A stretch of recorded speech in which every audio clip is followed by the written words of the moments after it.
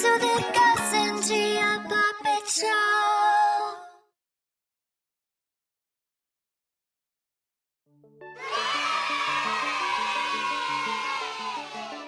Action. Hey everyone! We're so glad you're here. I'm Gia. And I'm Gus, your official co-host and expert in asking questions. That's right. So, what kind of learning journey are we on today? Yes, today we're talking about something huge. Like, really huge. Like a giant pizza? No, bigger. A pizza the size of a football field? Gus, I'm talking about the creation of the world. Oh, yeah. That is way bigger than a pizza.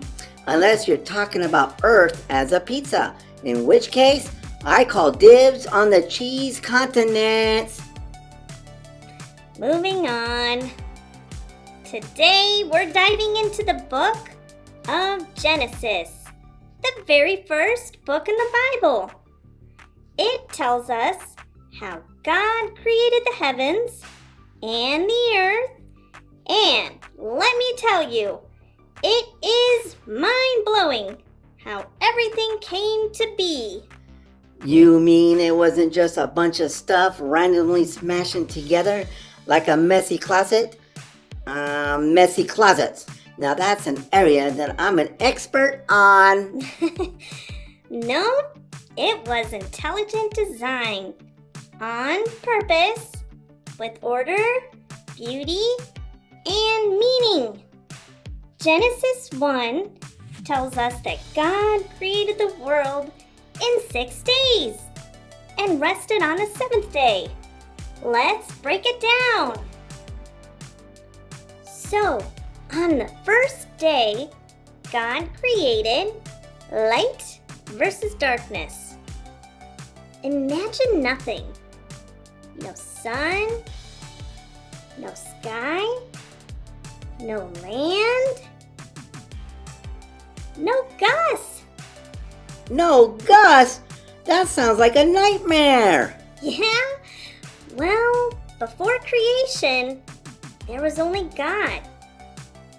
And then God said, "Let there be light," and boom! Light appeared. So wait, light just showed up? Like when I flick on my flashlight? Kind of. But this was God's light. Just pure light and darkness, separated by God. And He called the light day and the darkness night. Whoa, so God basically invented time on the first day. That's crazy! Exactly. He set the foundation for everything else to come. So, what next? Did God make animals? Pizza, perhaps? Not yet. On the second day, God created the sky and separated the waters below from the waters above. Wait, waters above?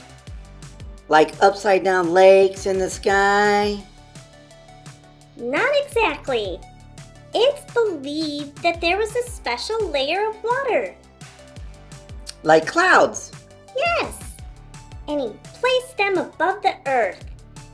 This helps shape the climate and the perfect conditions for life.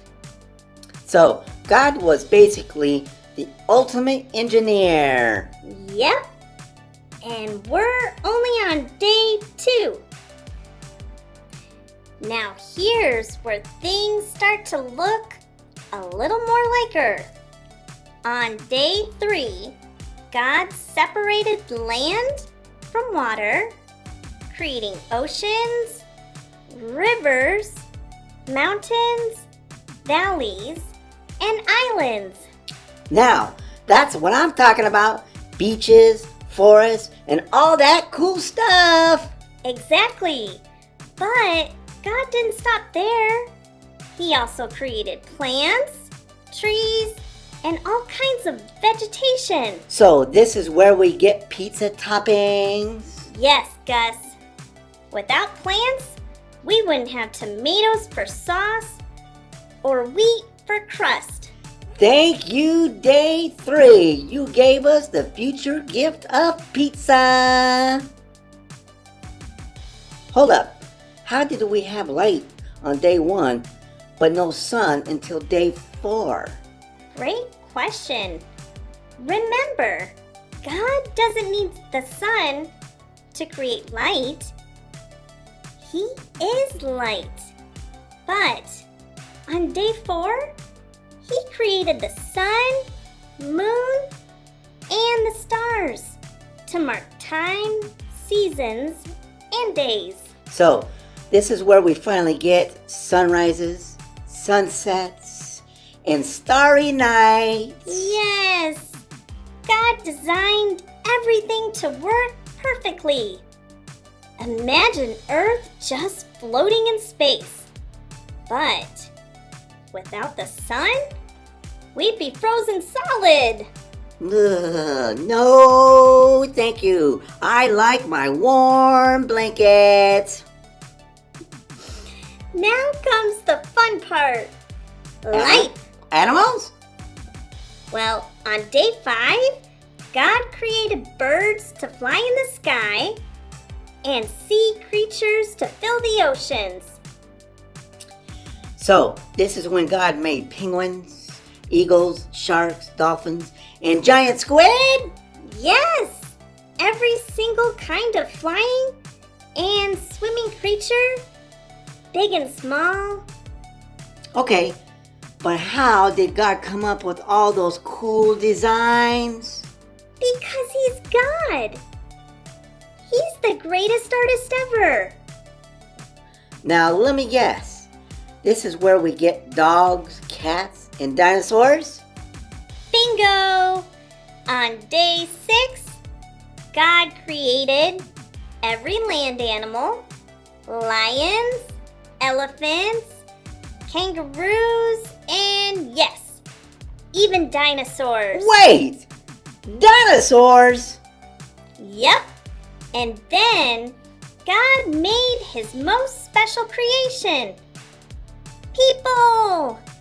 He made the first man, Adam, and the first woman, Eve. And humans were different because We were made in God's image.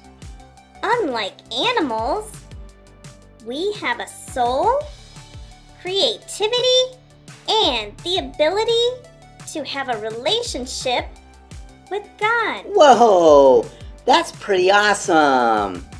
Yes. And on day 7, after finishing creation, God rested. I mean, that was a lot of work. Even God deserved a nap after all that. It wasn't because God was tired.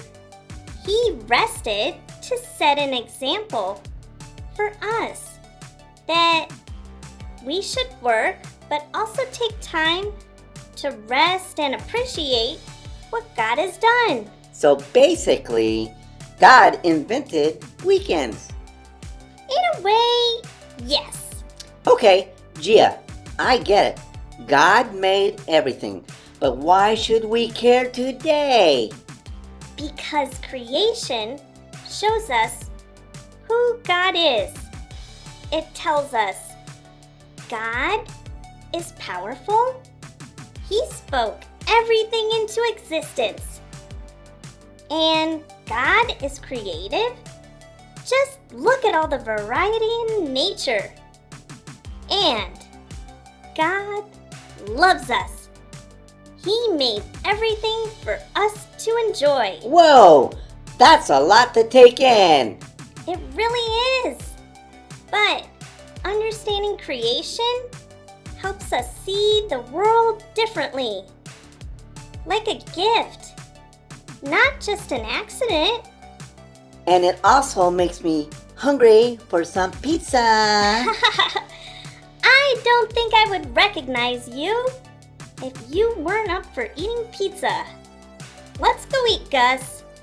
But remember, the biggest thing we learned today? That God is an amazing creator. That's right. And that's a wrap. Wrap? That sounds like I need a chicken wrap. Hey, do they make pizza wraps? How about a chicken and pizza wrap together? Oh, Gus. You're always hungry for something. Yeah, let's go get some wraps. Okay, let's go see what we can find. All right, let's do it quickly because I'm hungry. Of course you are.